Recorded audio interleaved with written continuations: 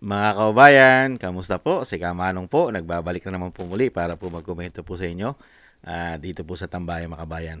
Magandang umaga po muna sa inyo, tanghali, hapon, gabi at madaling araw po sa ating lahat. Sana po nasa mabuti po tayong kalagayan, mga kababayan. Komentuhan na po natin, mga kababayan, ito pong pahayag po ng ating Vice President Sara Duterte dito po sa Legazia Legazia raw po ni Bonget, mga tambay. Yung tulay po na napakagandang natapos po na tulay sa Mindanao, sa Davao City, ang Bukana Bridge, mga tambay. Ay ikine-credit po ni Bonget na isa raw po yon sa kanyang legacy, mga bayan. Ito po, painggan po natin ang ating Vice President para po maliwanagan po ang taong bayan, lalong-lalo po ang mga supporters at lalong-lalo ang nakakakuha po ng maraming pabor, lalong-lalo sa pera na babayaran yata, lalong-lalo sa mainstream media at ganon din yata sa social media. Hindi kaya? Umpisa na po natin, mga tambay, ang paliwanag po at paglilinaw ng ating Vice President sa Bukana Bridge, mga kababayan. Nag-ano lang ako kanina kung pwede ko ba kwento yung backstory ng Bukana Bridge, and then he said na okay lang naman. So ang nangyari dyan ay ang Bukana Bridge is kaparte ng buong coastal road ng Davao City. So hindi siya yung coastal road hindi siya makakatawid ng Bangkerohan River kung wala yung Bukana Bridge. At that time na mayor ako, may budget ang coastal road pero unfunded ang bridge. And it was made known at the time to former President Duterte that the bridge is unfunded. At siya ay naghanap ng paraan para mabigyan ng pondo yung bridge. So noong nakahanap siya ng pondo ay sinimulan yung negotiations, sinimulan yung mga planning, lahat ng paperworks para doon sa bridge na yon ay sinimulan na. But ngayon, nandiyan na yung bridge, so dapat nating pagpasalamatan para sa akin bilang isang Davaoenyo at syempre sa mga tiga Mindanao na din dahil nagbe-benefit din sila doon sa coastal road na yun, no? Traveling from south to north of Davao in the region. Nagpapasalamat kami kay dating Pangulong Rodrigo Duterte dahil hindi siya tumigil sa paghahanap ng pondo para doon sa tulay. At syempre nagpapasalamat tayo sa People's Republic of China dahil buong-buo nila binigay yung entire cost ng tulay na iyon. So walang gastos ang City Government of Davao, walang gastos ang Pilipinas para tayo magkaroon ng bridge na yon.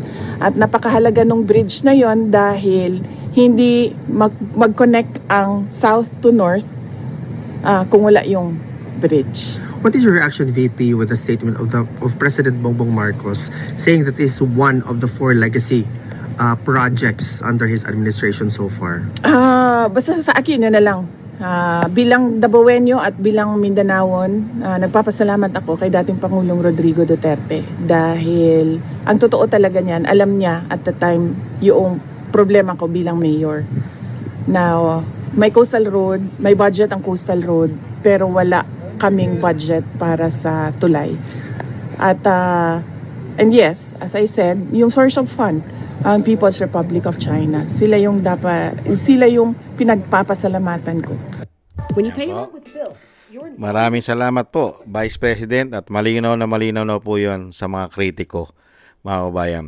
Wala pong kinalaman ang administrasyon ni Bonget, ni Bangag sa tulay sa Bukana Bridge. May pondo na po. Yung pondo po ay ginawan po ng paraan sa galing ng dating Pangulong Duterte. Funded po yan, walang ginastos po ang city government at ang national. Wala pong ginastos ang national government. Lalong-lalo po ang city government ng Davao City. Funded po, 100% ay funded po ng Republic of China. People of Republic of China, mga kabayan. At wala pong kinalaman si Bonget sa mga transaksyon. Tanging si dating Pangulong Duterte, mga kabayan, doon po sa tulay. Dahil po yung coastal road na magdudugtong po sa sinasabi po ng ating Vice President, yung north to south na napakalaking bagay po sa mga kababayan natin taga Mindanao. Lalo-lalo po sa Davao. Hindi po ba? Kaya dito po mga tambay, ano naman po kaya ang sasabihin po at paano naman nila ipagtatanggol ang kanilang poon na tinatawag na bangag at bonget ng kanyang ating na si Amy Marcos, si Senadora Amy. Kaya po mga tambay, napakahusay pong magbuhat ng bangko dahil wala po kasi maipagmamalaki na malalaking proyekto na natatapos o natapos na siya po ang nagsimula at siya rin po ang nagtapos. Wala po tayong nakikitang malalaking proyekto si Bangag, si Bonget, umano. Yung ipinagmamalaki niya po na 5,500 flood control ay hindi po natin nakita na siya po ay nag-cutting ribbon doon sa kanyang mga flood control project. Napakahirap po kasi mag-cutting ribbon kung ito po ay mga ghost project at napakadaling masira, mga low standard ang kanyang proyekto. Kaya nga po tayo namatay namamatay ang mga Pilipino sa proyekto nila. Samantalang yung proyekto, nakita po yun at na-testing po ng Dabawenyo, ng kababayan natin Dabawenyo dahil nagkaroon po ng napakalakas na lindol sa Davao. Hindi po bababa sa 7. Di po ba? 7.3 po yata yung lindol po yata nung nakaraan sa Davao. Na-test, nayanig. Di ba? Pero hindi po gumuho yung tulay na ginawa po ng People of Republic of China. At pati po yung coastal road ay naging maayos. Pati po yung mga flood control sa Davao ay nananatili pong nakatayo. Meron lang pong mga kakaunti, napakalit na porsyento na nasira. Pero halos lahat po ay buo. Hindi po ba? Kaya nakakahiya po, no? Nakakahiya. At never po man lang pinasalamatan ni Bonget. Di ba? Nagpasalamat po siya doon sa sinasabing kanyang proyekto at kanya isa sa kanyang legasiya. Ito pong Bukana Bridge nung nahandun po siya sa Davao City. Hindi po ba? Nahandun siya para check-in niya at tingnan niya ang natapos na tulay. At nagbigay po siya ng talumpati ron, di ba? Nagsalita po siya. Pinasalamatan niya po at humanga siya.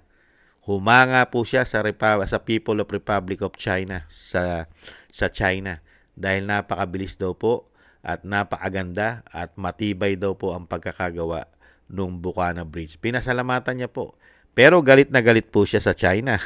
Pero pinasalamatan niya dahil do sa proyekto ng China sa Davao City. Pero never naman po niyang na-mention man lang kahit po gahibla ng buhok ang dating Pangulong Duterte sa proyekto ng Bukana Bridge. Ganyan po katindi. Pinasalamatan niya, pero yung nakarang administrasyon, never. Yung tumulong po sa pamilya niya na hindi maipakulong ang kanyang ina, ay never niyang pasalamatan. At yung nagpalibing sa kanyang ama ng mahigit 30 years na walang presidenteng nakapagpalibing, ay never niyang pasalamatan. At yung tumulong sa kanya para maging pangulo siya, si BP Sara, ay never niyang pasalamatan. Dahil isa rin po yan sa proyekto ni BP Sara, lalong-lalo po yung coastal road. Hindi po pa, pati po yung Bukana Bridge, mga kabayan. Yan po ay proyekto din ng ating Vice President dahil nung panahon pong yun ay siya ay mayor. Proyekto po yan ng Vice President at siyempre hinanapan po ng pondo ng dating Pangulong Duterte yan pong Bukana Bridge. Kaya po Sino po ang talagang nag-isip at gumawa po ng napakalaking proyekto sa Davao City? Hindi po ba ang Vice President at ang dating Pangulong Duterte? Hindi po ba? Yan po ang totoo. History po yan. History na po ng mga Duterte yan. Tatak Duterte. Hindi po ba? Hindi po katulad ni Bonget. Ano po ang mga tatak ni Bonget? Unang-una, ang tatak ni Bonget, yung GAA, 241 billion na naisingit. Tatak Bonget umano. Ano pa? Yung mali-maleta po na i-deliver po sa kanya ayon kay Saldico. At meron daw pong mahigit humulang 200 o sinasabing 2 billion a month ang hinihingi ni Bonget kay Saldico. Tatak po yan ni Bonget umano. Ano pa? PhilHealth, tatak ni Bonget. Ginto, tatak ni Bonget. Ano pa? Maharlika Investment Fund, tatak ni Bonget. PDIC, GSIS, SSS, di ba? At marami pang iba, pati Lotto, pati pagbebenta ng airport, mga tambay, tatak po yan ni Bonget. Ano pa? Ang kanyang tatak legasya, ang pagpapakidnap sa dating Pangulo para po ipatapon sa The Hague sa Netherlands sa ICC. Tatak po ni Bonget yan. Ano pa? Yung kanya pong pagiging addictus, gumagamit daw ng pulburon ayon sa kanyang kapatid. Tatak po yan ni Bonget. Yan po ang kanyang mga ligasiya at napakarami pang iba na ligasiya. Yung kanya pong napakatalamak na korupsyon sa kanyang administrasyon. Magmula sa puno hanggang sa baba, tatak legasiya po yan ni Bonget. Mga kababayan, yan po ang napagkikita ng mga Pilipino. Kaya nga po kung i-audit mo si Bonget, ang kanyang administrasyon, nasaan po ang pera ng taong bayan. Mapakalaki po ng pinopondo taon-taon. Mahigit 6 trillion ang pinopondo po ng administrasyon po ng binagoong Pilipinas.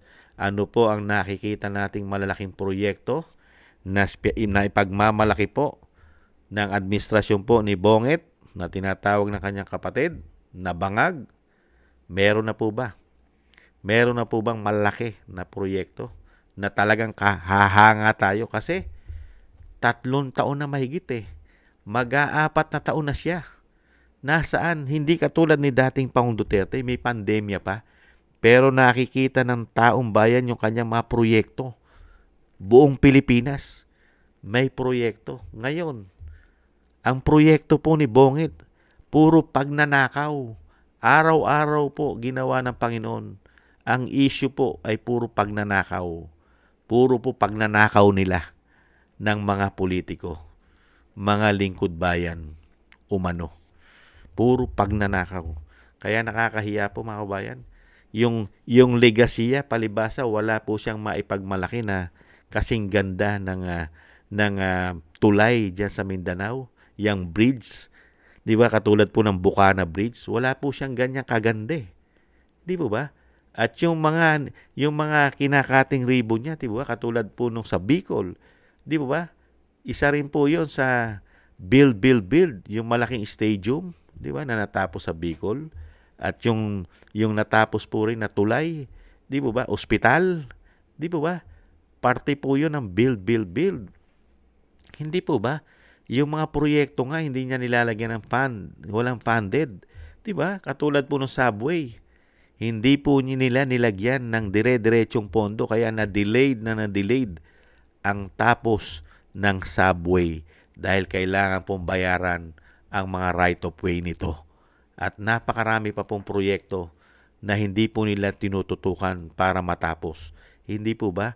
Katulad po nung magdudugtong yung tren na magpapuntang Bicol. Wala na po yun. Wala tayong balita ron. At yung tulay na sinasabi po na magdudugtong, di ba, sa Bataan, magmula sa Bataan hanggang sa Metro Manila o sa Cavite, wala na rin po tayong balita. At yung mga railway na yung papunta sa NCR, magmumula sa NCR papuntang norte, wala na rin po tayong balita. kung ano na, kung kailan matatapos at yan ba ay matatapos sa panahon niya o ang natatapos lang yung pera ni Juan de la Cruz. Kaya po, wala, nada mga kabayan. Puro pera po at korupsyon ang nakita natin. Kaya tamang-tama po yung sinabi ni Vice President. Paano mo pasasalamatan si Bonget mga tambay?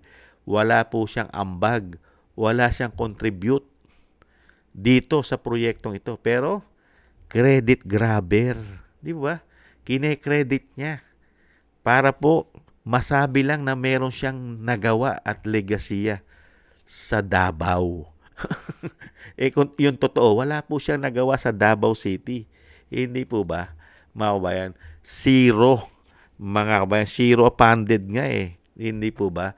Maraming salamat po, Vice President, sa paglilinaw po ninyo na 100% po na tama at maliwanag po at malinaw na malinaw ang istorya at ang history po ng Bukana Bridge sa Davao City.